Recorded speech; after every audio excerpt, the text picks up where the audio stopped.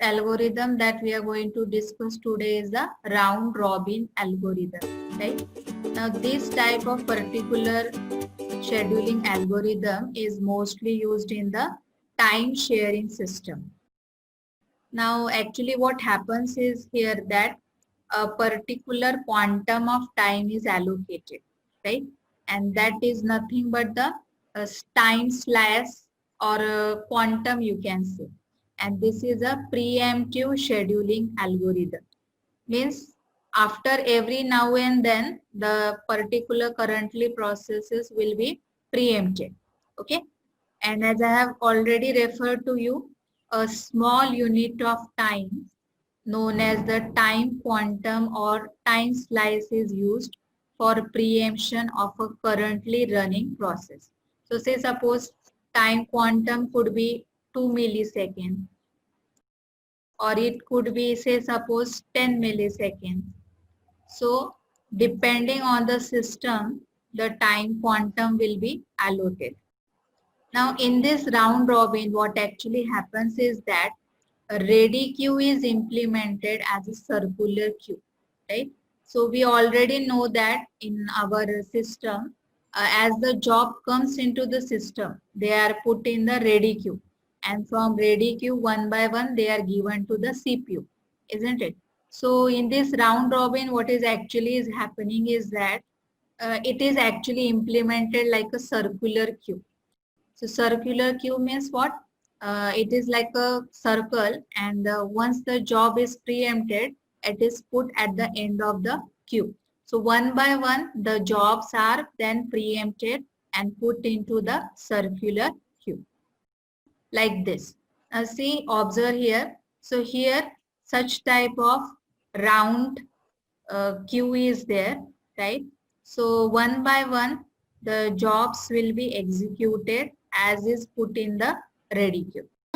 CPU is assigned to the entire processes one by one on first come first serve basis for a specific time period.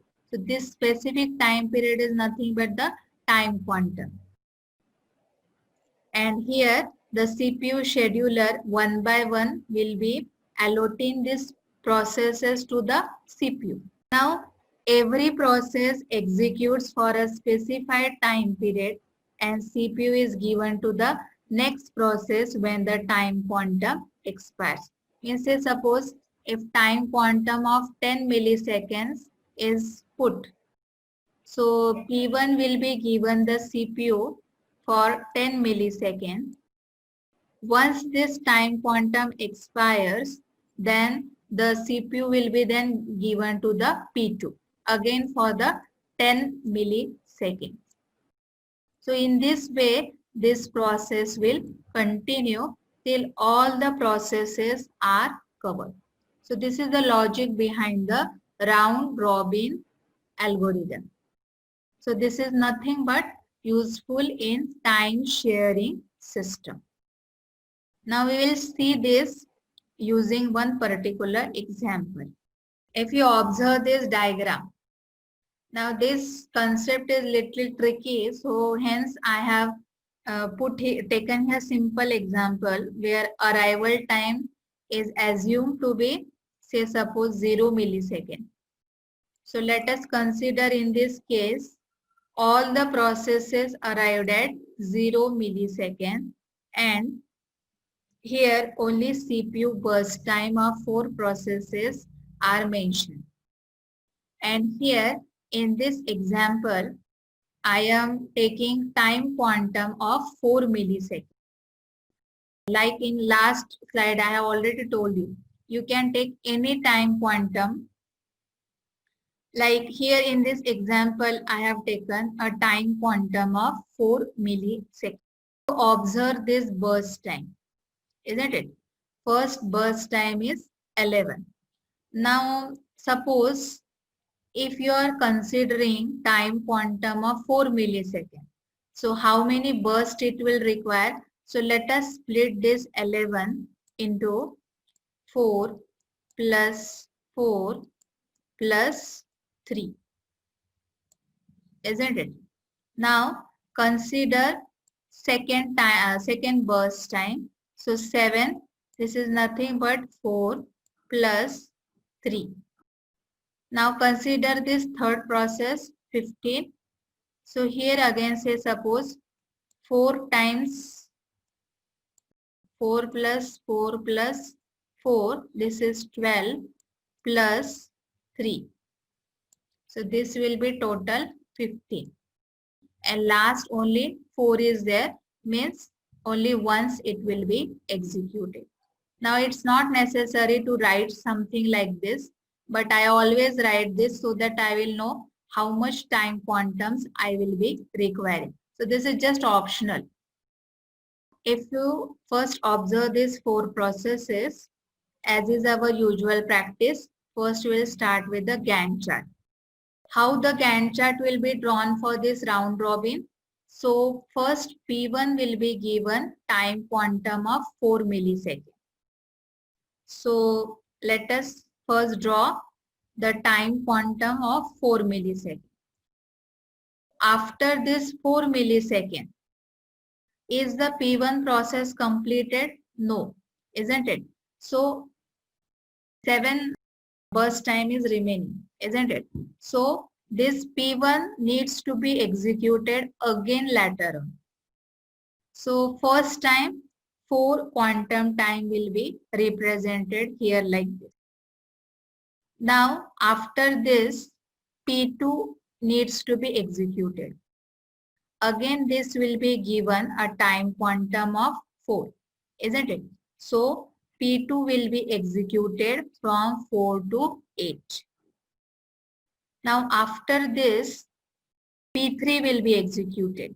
So P3 again 4 millisecond will be given for P3 process. So it will execute from 8 to 12. And after P3, the next process that will be executed will be P4. So this will be executed.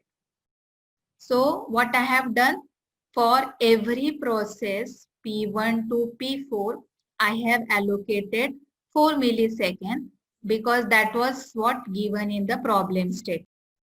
After this 4 milliseconds ended at for the process P4. Now if you observe this, P1 is remaining, P2 is remaining and P3 is remaining. So once again, I will give a time quantum of 4 milliseconds to process P1. So from 16 to 20, again process P1 will be executed. So this second time it will be drawn. Now after this 4 milliseconds for P1, again the time quantum will be given for process P2. Now you observe here, it requires only 3 milliseconds. So this P2 will be executed from 20 to 23.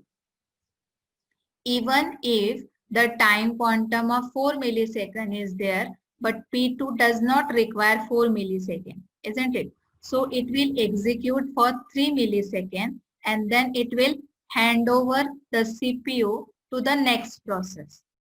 So next is what? P3.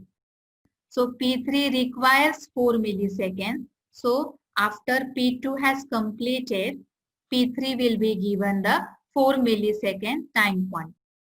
Now P4 already it has been completed, so it will not be executed again. Now it will again go back, like I have shown you in the diagram, isn't it? It is implemented in round robin way, isn't it? So after P3 again it will go back to P1.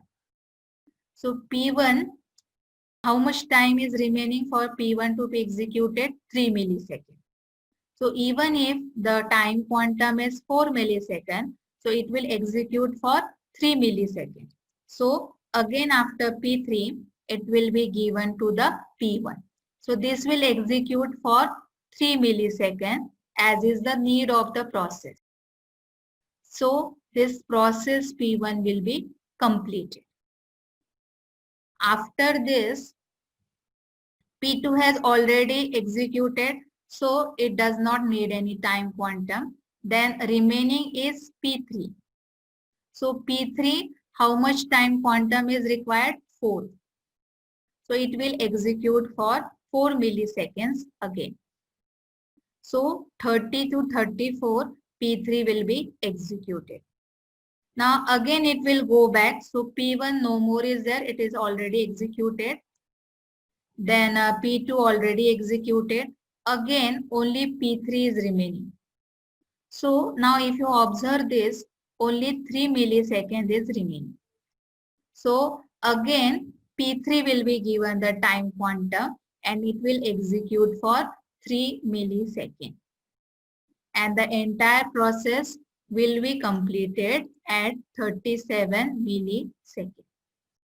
So this is how the Gantt chart of round robin algorithm is to be drawn. Now you observe how I will calculate the waiting time. This P1, it has been executed thrice. So waiting time needs to be calculated at 3 points. So first time, now forget about the arrival time because we have already stated that all arrived at 0 millisecond. So first time it started at 0, no problem, right? Now second time it started at 16. When was the last time P4 executed? At 4 milliseconds. So first what you will do? First 0 is there, then second time 16 minus 4 is there. Then third time it started executing at 27 milliseconds. And when was the last time it was executed? At 20 milliseconds. So 27 minus 20. So 16 minus 4, 12 plus 7 is equals to 19 milliseconds is the waiting time for process P1. What about process P2? It started executing, means it is executed twice in the system, isn't it? So first time waiting time is 4.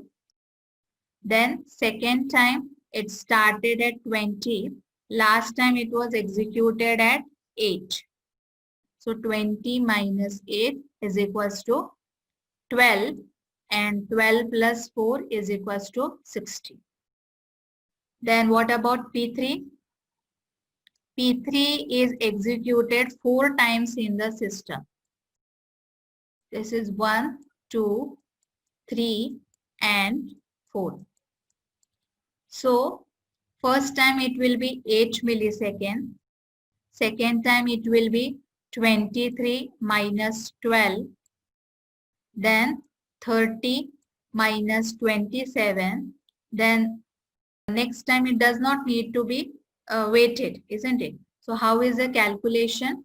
So first time 8 is there, then 23 minus 12 is there and 30 minus 27 is there. Here it got immediately the CPU, it did not wait. Hence I have not considered this.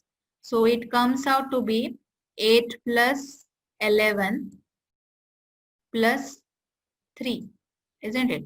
So 14 plus 8 is equals to 22. What about P4? P4 is executed only once and the waiting time is 12. So here answer comes out to be 12. Then how to calculate average waiting time? It will be 19 plus 16 plus 22 plus 12. So addition comes out to be 69 divided by 4 and answer is 17.25 milliseconds. So this is how the round robin algorithm waiting time is to be calculated. Now let us calculate turnaround time. This is much simpler because see, P1 wait it completed at say suppose 30. So obviously the turnaround time for process P1 is 30. When the P2 completed at 23. In our case here arrival time is 0. So calculations are simpler. So this waiting, so turnaround time for process P2 is 23. What about process P3? It completed at 37. So it is 37. What about process P4? it completed at 16. So it is 16. So answer comes out to be 30 plus 23 plus 37 plus 16 divided by 4. So answer is 106 divided by 4 and it comes out to be 26.5 milliseconds. So this is how the turnaround time for round robin is to be calculated.